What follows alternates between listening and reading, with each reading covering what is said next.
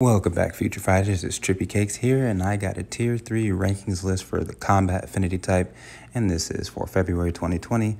Now, I do want to go ahead and disclose that this is just my personal opinion on how these characters stack up with my current build, so the results that you may get with these characters may differentiate from what I have, and they are subject to change due to, different aspects of the game. With that being said, I'm going to start at the bottom of the list. We have Black Panther.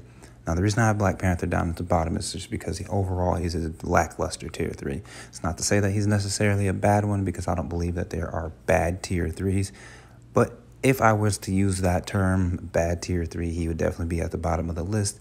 His uniform is dated, and his Tier 3 skill is just kind of eh.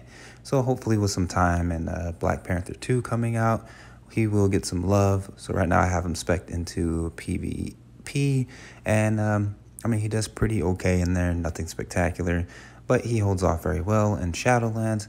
So, if you're looking for your first combat Tier 3, I definitely would not go for Black Panther. After that, we have Crescent. Now, yes, Crescent may be the combat meta for Female Combat Day, but I can tell you this now, she is going to end up being replaced. Her rotation, the one that works out best, only uses about 3 of her skills, so she's not exactly fun to use. Her uniform is... it wasn't too much of a change. I don't know, I just think that for an original character, it lacked a little bit of originality. And the fact that, like I said, she's paywall, so I don't think that I got my money's worth out of her. Again, that's just how I feel about it. So if you like her, good on you, but I'm just not having that. Coming up next is Wolverine. Now, I'm a little bit harsher on these Epic Quest characters because they are Epic Quest characters, and if we're going to take the time and all the effort and the mandatory characters that we need to rank up in order to get these characters, I'm going to have a harsher opinion. So as of right now, there's a couple things wrong with Wolverine. The fact that all of his uniforms are pretty much the same thing. Ranking them up to Mythic, I noticed very minimal differences. Some people say, one uniform is much better than the other, but I just don't see that in the results. He's still okay in PvP. It's just right now, I don't know. I just think that maybe his next uniform will push him over that edge that he needs to be. With that being said, Mr. Fantastic, he doesn't get a lot of love, and I don't blame people. It's just he's expensive to Tier 3. Him is expensive. His uniform is expensive for no reason. I think this uniform should honestly been like $750.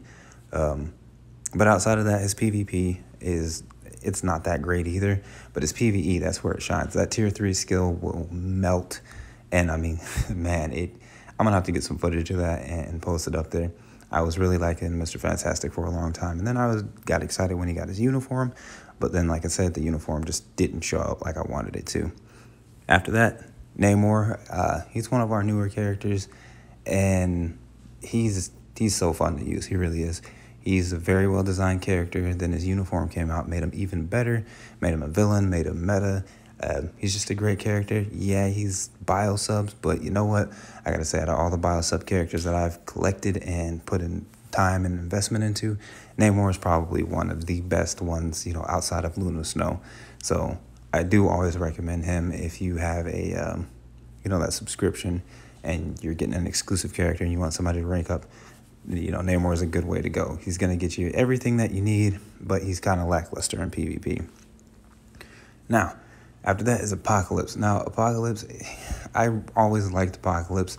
When he came out, I was like, why is he energy-based? And he just didn't feel like Apocalypse.